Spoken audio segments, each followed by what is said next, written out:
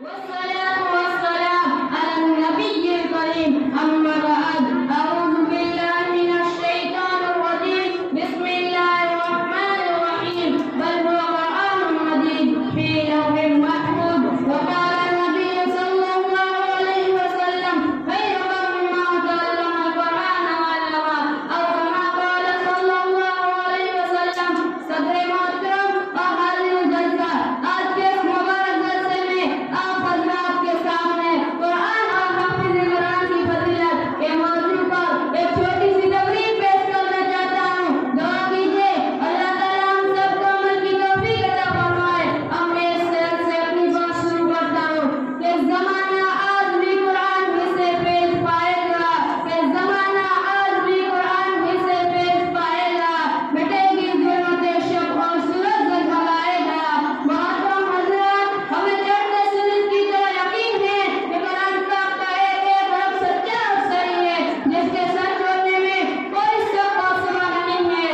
اسی قرآن پاک کے بارے میں آپ صلی اللہ علیہ وسلم نے فرمایا خیرکم من تعلم القرآن وعلمه، کہ تمہیں سب سے بہتر شخص ہے جو قرآن کو سیکھے اور سکھائے. اسی لیے یہ قرآن دنیا کی سب سے بڑی دولت اور نعمت ہے. زمین اور آسمان، چاند اور سورج، ستارے اور سیارے، کوئی بھی اس نعمت کو مقابلہ نہیں کر سکتے. اللہ تعالیٰ کا یہ کلام سب کلاموں سے افضل ہے. حدیث پاک میں آتا ہے فضل کلام اللہ علی سارے کلام کا فضل اللہ علی خلقی، کہ اللہ کے کلام کو سارے کلاموں پر ایسی فضیلت ہے جیسے کہ خود اللہ تعالیٰ کو ساری مخلوق پر فضیلت حاصل ہے. اسی طرح ایک حدیث پاک میں آپ صلی اللہ علیہ وسلم نے فرمایا جس نے قرآن پڑھا اور اس پر عمل کیا اس کے والدین کو کل قیامت کے دن سورج سے بھی زیادہ روشن تاج پہنایا جائے گا. میرے محترم، غور کرنے کی بات ہے کہ جب والدین کو اتنے بڑے انعام سے نوازا جائے گا تو قرآن پاک پڑھنے والے کا درجہ اور مرتبہ کتنا زیادہ ہوگا.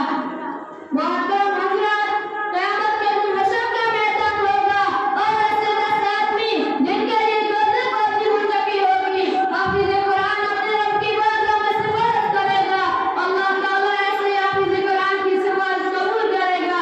ان لوگوں کو حافظ قرآن کی برکت سے بہتر سے نجات مل جائے گی. مگر افسوس کی بات ہے کہ ہم نے قرآن پاک کو چھوڑ دیا، ہم نے اس کی پاکیزہ تعلیم کو بھلا دیا. نتیجہ یہ ہوا کہ ہم لوگ ذلیل اور رسوا ہو گئے، ناکامی ہمارا مقدر بن گئی. مسلمانوں، سمجھو اور ہوشیار ہو جاؤ، وقت کا پتہ اٹھاؤ اور قرآن پاک سے وابستہ ہو جاؤ، ورنہ تاریخ ہمیں کبھی معاف نہیں کرے گی. خدا نہ خواستہ اگر ہم نے چند پیسوں کی لالچ میں اپنے بچوں کو قرآن پاک سے دور رکھا اور ہماری نظر آخرت کی نعمتوں کے بجائے دنیا کی ڈگریوں پر لگی، تو یاد رکھیے کہ خدا کے یہاں جواب دینا پڑے گا. اس لیے ہم چاہے کہ خود بھی قرآن پاک کی تلاوت کرے، اس کے احکام پر عمل کرے اور اپنے بچوں کو بھی قرآن پاک کی تعلیم دلائے، ان کو حافظ قرآن بنا کر آخرت کی کامیابی حاصل کرے.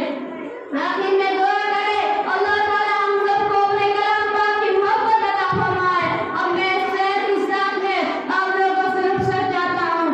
الہی رونق اسلام کے سامان پیدا کر، الہی رونق اسلام کے سامان پیدا کر، دلوں میں مومنوں کی الفت قرآن پیدا کر. وما علینا الا البلاغ المبین. Thanks for watching. Don't forget to like, comment, share and subscribe to Al Wahid channel.